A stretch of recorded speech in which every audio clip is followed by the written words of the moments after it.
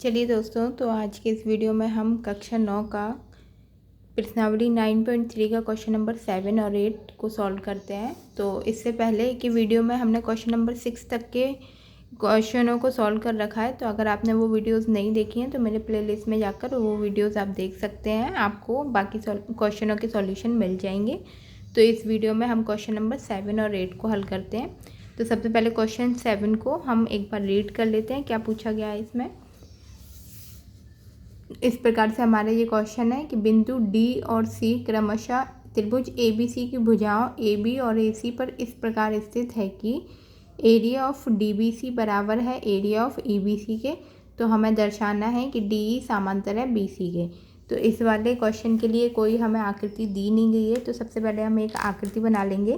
Question में बोला है कि एक त्रिभुज ए बी सी, यानी कि एक त्रिभुज है ए बी सी, इसको नाम दे देंगे A B C, A B और सी, ठीक है।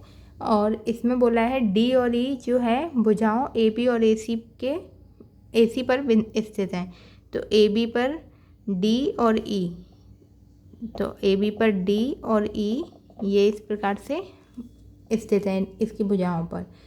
तो स्थित है, तो हम क्या करेंगे, इसको मिला देंगे और इसको मिला देंगे, क्योंकि उन्होंने area of D B C यानी कि डी बी और सी एक त्रिभुज ये वाला बनाया है डी बी सी, और एक त्रिभुज बनाया है ये वाला यानी कि ई बी सी।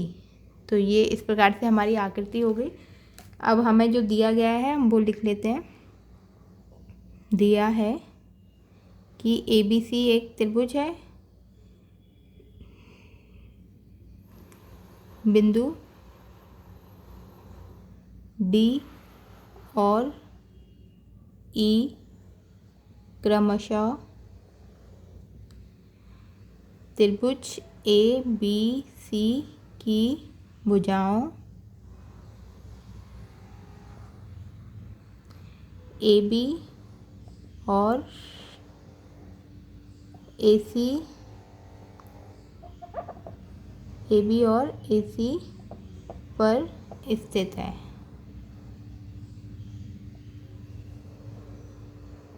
ठीक है। तो और तथा हमें क्या दिया गया है, एरिया भी दिया है, एरिया ऑफ इतने का डी बी सी ये पूरा त्रिभुज और ई बी सी बराबर है। तो डी बी सी बराबर है area of E B C के। इतना हमें दिया गया है, सिद्ध करना है, हमें सिद्ध करना है कि डी ई जो है वो समांतर है बी सी के, ठीक है। तो इतना हमें सिद्ध करना है। अब प्रमाण में क्या है, देखिए, जब ये आपस में बराबर हैं तो त्रिभुज डी बी सी और त्रिभुज ए बी सी देखिए एक ही आधार पर स्थित है। कौन सा आधार है, बी सी, और समांतर रेखा क्या है इसकी, डी। तो दोनों क्या है, एक ही आधार पर स्थित है और दोनों त्रिभुज की समांतर रेखाएं भी एक ही है। तो प्रमाण में हम लिख देंगे कि चूँकि area of D B C बराबर है area of E B C के, तथा त्रिभुज डी बी सी यही वाला त्रिभुज डी बी सी और त्रिभुज ई बी सी एक ही आधार पर स्थित है, एक ही आधार पर स्थित है। तो इसलिए इनका समांतर रेखाएं भी एक ही होगी, त्रिभुज की एक ही, दोनों त्रिभुज की समांतर रेखाएं भी एक है, इसलिए दोनों त्रिभुज एक ही समांतर रेखाओं के बीच स्थित है, रेखाओं के बीच स्थित है। तो जब त्रिभुज के आधार एक ही और समांतर रेखाएं एक ही हैं तो वो तो हमें सिद्ध क्या करना था कि डी समांतर है BC के, क्योंकि ये दोनों त्रिभुज एक ही आधार और एक ही समांतर रेखाओं के बीच स्थित है। तो इसलिए क्या हो गया, अर्थात DE जो है वो समांतर हो जाएगा BC के। तो यही हमें सिद्ध करना था, यहाँ पर ये सिद्ध हुआ। ठीक है, तो यहाँ पर हमारा क्वेश्चन नंबर 7 कंप्लीट होता है। अब क्वेश्चन नंबर 8 को देख लेते हैं। तो चलिए क्वेश्चन नंबर 8 को रीड कर लेते हैं। क्वेश्चन नंबर 8 इस प्रकार से है कि XY त्रिभुज ABC की भुजा BC के समांतर एक रेखा है। यदि AB समांतर है AC और CF समांतर AB, रेखा XY से क्रमशः E और F पर मिलती है, तो दर्शाइए कि एरिया ऑफ ABE बराबर है एरिया ऑफ ACF के। तो इस वाले में भी कोई आकृति नहीं दी गई है। तो सबसे पहले हमें क्वेश्चन में बोला है कि ABC एक क्या है, त्रिभुज है। तो हमने ABC एक त्रिभुज बना दिया, A, B और C। इसके बाद बोल रहे हैं कि X और Y क्या है, एक ABC पर समांतर रेखा खींची गई है, मतलब BC के समांतर एक अन्य रेखा है X और ये है Y। ठीक है, इसके बाद हमें बोला है BE, यानी कि BE समांतर है AC के और CF समांतर है AB के। तो XY से क्रमशः E और F पर मिलती है, यानी कि XY से एक बिंदु इधर E मिल रहा है और एक बिंदु इधर F है, तभी BE और CF क्रमशः XY से इन बिंदुओं पर मिलती है। तो यहाँ पर हमारे ये हो गया। फिर त्रिभुज हम बोला है एरिया ऑफ ABE, यानी कि ABE, तो इसको इससे मिलाना पड़ेगा, तब ये एक त्रिभुज बन रहा है ABE। और दूसरा इधर त्रिभुज बन रहा है ACF, तो इसको भी इससे मिलाना पड़ेगा। तो ये दोनों हमें सिद्ध करना है। तो सबसे पहले हमें जो दिया गया है वो लिख लेते हैं। दिया है कि XY त्रिभुज ABC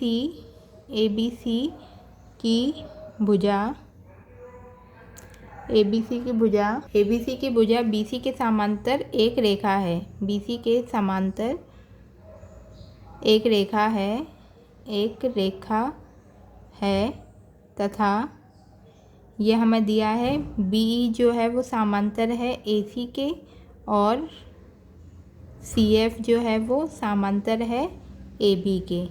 तो रेखा XY से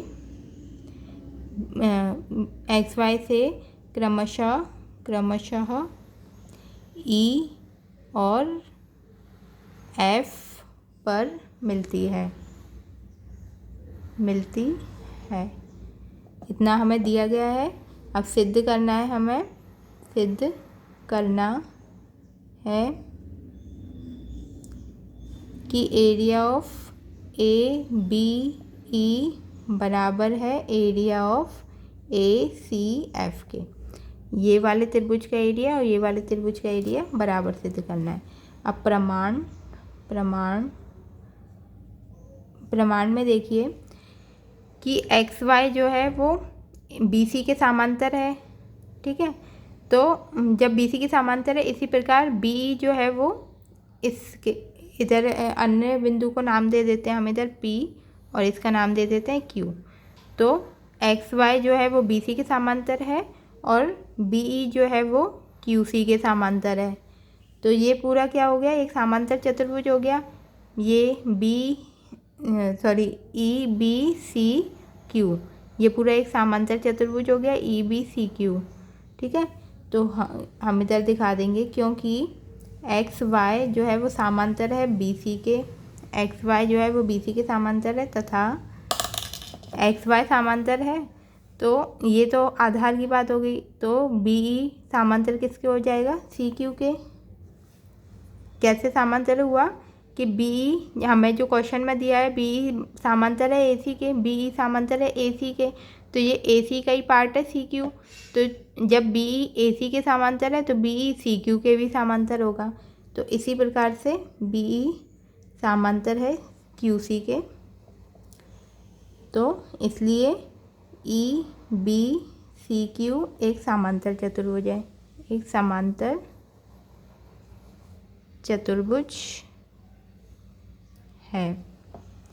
ठीक है, तो ये तो एक चतुर्भुज की बात हो गई। अब इसी प्रकार से एक्स वाई बी सी के समांतर है, तो ये सी एफ किसके समांतर हो जाएगा, पी बी के। क्यों? क्योंकि सी एफ जो है वो ए बी के समांतर हमें दिया गया है और ए बी का ही पार्ट है ये पी बी, तो सी एफ जो है वो पी बी के भी समांतर होगा।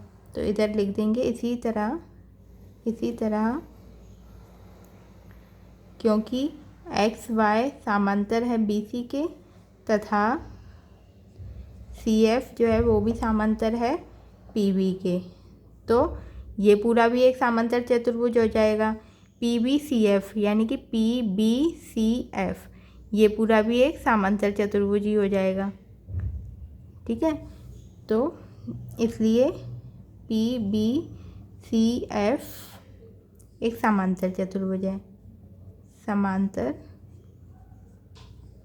चतुर्भुज है। ठीक है, अब इतना हो गया और हमारे पास दो समांतर चतुर्भुज आ गए। एक आ गया ई बी सी क्यू, इतना है एक ई बी सी क्यू, और एक इतना है पी बी सी एफ। ये दोनों समांतर चतुर्भुज हैं। तो दोनों समांतर चतुर्भुज का आधार क्या है, एक ही आधार के बीच स्थित है बी सी। ठीक है, तो जब दोनों का आधार एक ही है और दोनों की समांतर चतुर्भुज का आधार एक ही है, तो हमारे ये सब क्या हो जाएगा, क्यों कि एक ही आधार तथा एक ही समांतर रेखाओं के बीच स्थित है, इसलिए दोनों के एरिया भी आपस में बराबर हो जाएंगे। तो हम इधर लिख सकते हैं कि समांतर चतुर्भुज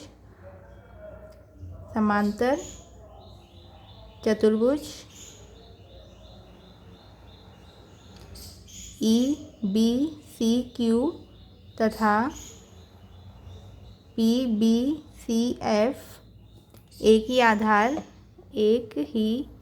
आधार तथा आधार एक ही है बी सी और एक ही समांतर रेखाओं के बीच स्थित है। समांतर रेखा क्या हो गई, एक्स वाई। एक ही आधार तथा एक ही समांतर रेखाओं के बीच स्थित है, एक ही समांतर रेखाओं के बीच स्थित है,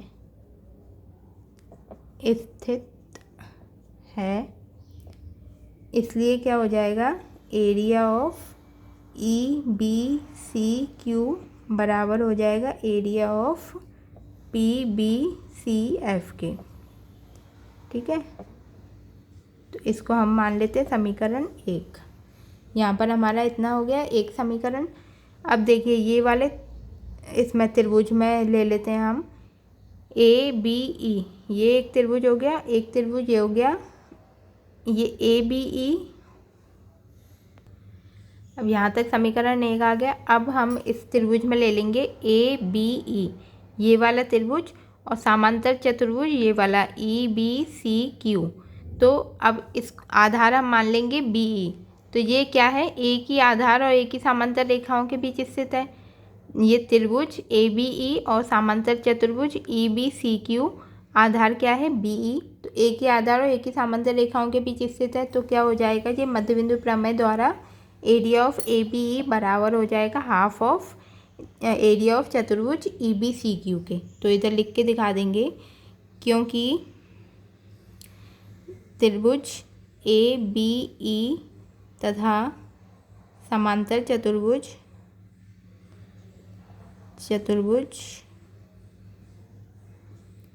ई बी सी क्यू एक ही आधार व एक ही समांतर रेखा के बीच स्थित है, एक ही आधार व एक ही समांतर रेखा के बीच स्थित है, रेखा के बीच स्थित है, इसलिए क्या हो जाएगा, area of A B E बराबर हो जाएगा half of area E B C Q के। तो यहाँ पर हमारा समीकरण 2 नाम दे देते हैं। इसी प्रकार से इस साइड का ले लेंगे ए सी एफ त्रिभुज और ये वाला चतुर्भुज P B C Q, P B C F ये वाला चतुर्भुज। तो ये भी आधार हम इसको मान लेंगे CF, तो एक ही आधार और एक ही समांतर रेखाओं के बीच स्थित है, तो ये भी क्या हो जाएगा, half of area, half of समांतर चतुर्भुज के बराबर हो जाएगा। तो अब इधर लिख देंगे इसी तरह एरिया ऑफ त्रिभुज ACF तथा समांतर चतुर्भुज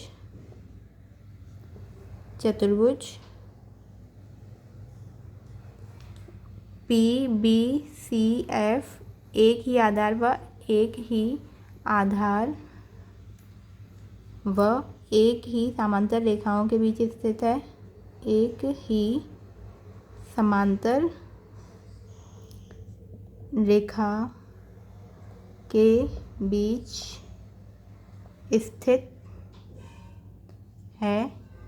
तो इसलिए क्या हो जाएगा, एरिया ऑफ ACF बराबर हो जाएगा हाफ ऑफ एरिया PBCF के।